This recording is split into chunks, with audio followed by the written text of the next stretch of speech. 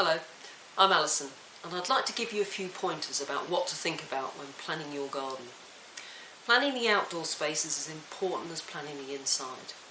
You will be living with it for years, and your garden will have to adapt to your changing needs, for your growing family, and for you as you get older. Now, you may have moved into a brand new house with a garden that's a blank slate, and that can be overwhelming because there's very little inspiration there. Or you've moved into an older property and inherited somebody else's idea of a garden, which you either love or it's got to go. If you love it, think very carefully about how you're going to maintain it the way your predecessors did.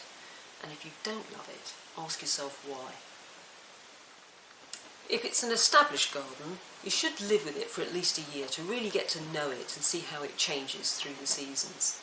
There may be all sorts of treasures under the ground that you don't yet know about. Ask yourself 3 questions. What do you love about the garden? What works for you and what do you want to keep? And then ask what you hate about it. Is it too muddy and messy, too noisy, not enough privacy, and too much hard work for too little reward? And lastly, and possibly the most important question of all, how do you want to spend your time in the garden? Do you want to grow vegetables? Have somewhere for the dog and the children to play? And maybe relax after a barbecue? To gather some ideas, look through some gardening magazines or look online and keep a record of the features, the style and the plants that you really like. And don't forget to visit local gardens that are open to the public to get a real sense of the feel that you want in the garden. Then there are the important practical matters to consider. Where to store garden tools, furniture, the lawnmower, where to put the bins and how to get them out the front every week. These issues are going to have to be dealt with on a regular basis and you're going to have to make those as easy as possible. You may also want to consider garden lighting, which can not only look spectacular, but creates a safe, usable space after dark. And this has to be considered right from the beginning of the planning process and not just left as an afterthought. And then of course there is your local climate to consider, the condition of your soil and any drainage issues. These will have a huge impact on the design of the garden and what plants you can really grow successfully.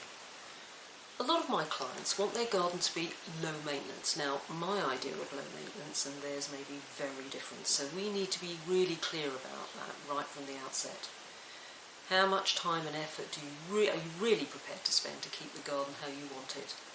Nature has a knack of taking over in ways that you hadn't realised. And lastly, your budget. Be realistic about what you can afford. To design and build a small courtyard garden can be comparable to having a new kitchen or a new bathroom installed. Larger gardens can cost up to and beyond the installation of a new house extension. A garden designer can help you think through all these issues and plan a garden that's an asset to your home, value for money and a real joy to be in for years to come. If you want to know more about designing your garden, do give me a call and I look forward to helping you.